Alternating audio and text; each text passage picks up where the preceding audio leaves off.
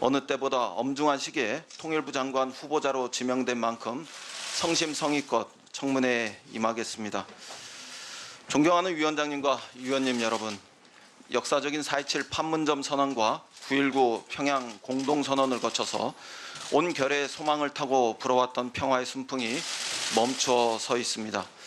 손에 잡힐 듯했던 평화가 저만치 멀어진 듯한 이 상황이 한반도 현실이 녹록지 않다는 점을 일깨워주고 있습니다.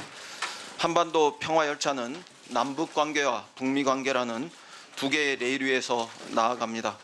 어느 한쪽 위에서만 움직여져서는 한반도 평화를 진척시킬 수는 없습니다. 두 개의 레일을 따라 동시에 전진해야 합니다. 김대중 정부와 노무현 정부가 남북관계 발전과 또 북핵 문제 해결을 연계시키지 않고 병행함으로써 국제사회를 설득하고 또 북한의 협조를 이끌어낸 지난 시기의 경험에 주목하고자 합니다. 병행 전진의 출발점은 남북관계의 우선 복원입니다.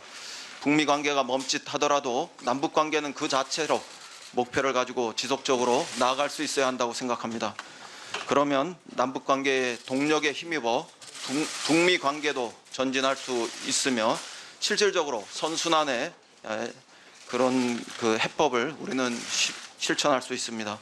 북측도 북미 대화가 안 된다고 남북 관계를 경색시키는 관행에서 벗어나기를 바랍니다. 남북관계는 남북이 함께 힘과 뜻을 모아 해결해 나가야 하기 때문입니다. 남북은 다시 마주 앉아야 합니다.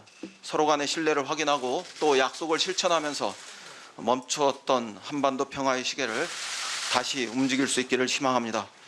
북미의 시간을 이제 남북의 시간으로 돌려놓기 위해서 주도적으로 대담한 변화를 만들기 위해서 시도하겠습니다.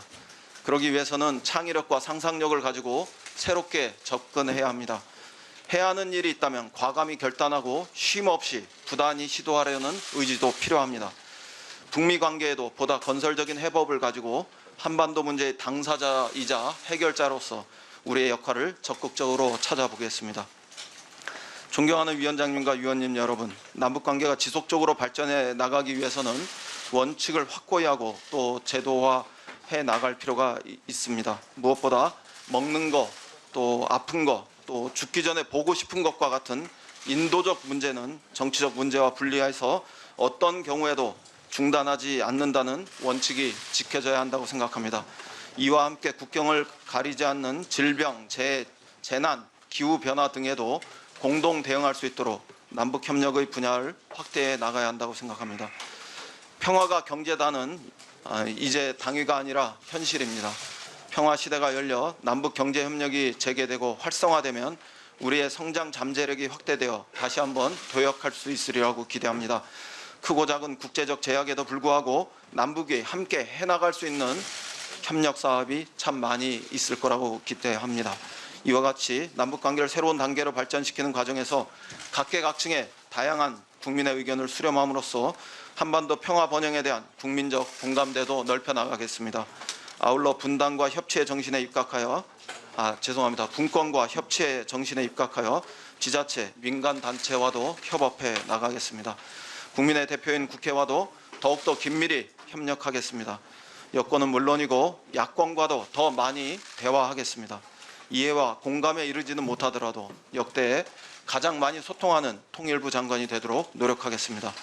한반도의 평화 번영으로 동북아에서 더 큰 가치가 창출되고 이로 인한 유익을 관련국과 공유할 수 있음을 설득하고 국제사회의 지지와 협력을 이끌어내겠습니다. 존경하는 위원장님과 위원님 여러분, 평화에서만 머무르지 않고 평화 이상의 미래를 준비하는 것도 우리 세대가 지닌 시대적 사명이자 통일부의 중요한 역할이라고 생각합니다. 새로운 시대에 걸맞는 미래지향적 평화통일 담론도 필요합니다. 우리의 민주화와 산업화 성공 경험, 4차 혁명과 포스트 코로나 등 시대 변화, 그리고 북한의 변화는 통일 정책의 토양과 환경을 바꾸고 있습니다. 무엇보다 향후 한반도의 주인인 젊은 세대가 통일로 가는 과정을 이해하고 준비할 수 있도록 하는 것이 중요합니다.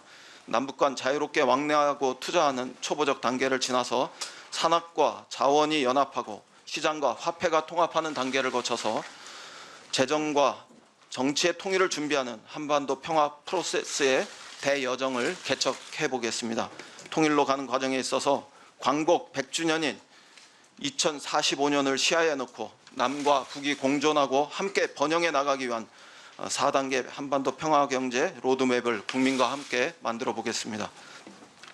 존경하는 위원장님과 위원님 여러분, 통일부 장관 후보자로 지명된 이후 젊은 시절부터 품어온 평화통일을 향한 소망과 이를 실현하기 위해 헌신해왔던 지난날의 행적을 돌아보았습니다. 순수한 열정으로 마음만 앞섰던 때도 참 많았습니다. 그러나 그 열정이 있었기에 다른 한편 누구보다 남북관계와 통일 문제에 관심을 기울이고 시대적 소명을 자각하며 이 자리까지 올 수 있었다고 생각합니다. 그간 국회 외교통일위원회 위원, 또 남북경제협력특별위원회 위원장 등을 역임하면서 다져왔던 수많은 경험과 또 선배님들의 배움도 저에겐 큰 소중한 자산이 되었습니다. 열정과 경험으로 더욱 분명해진 역사적 책임감에 기초해서 어렵게 시작한 한반도 비핵화와 항구적 평화 정착의 과정이 다시 제 궤도에 안착할 수 있도록 배전의 노력을 기울이겠습니다. 다시 한번 인사청문회 준비를 위해 애써주신 위원님들께 감사드리면서 이 시간 이후로 성실히 위원님들의 질의에 답변하겠습니다. 경청해 주셔서 감사합니다.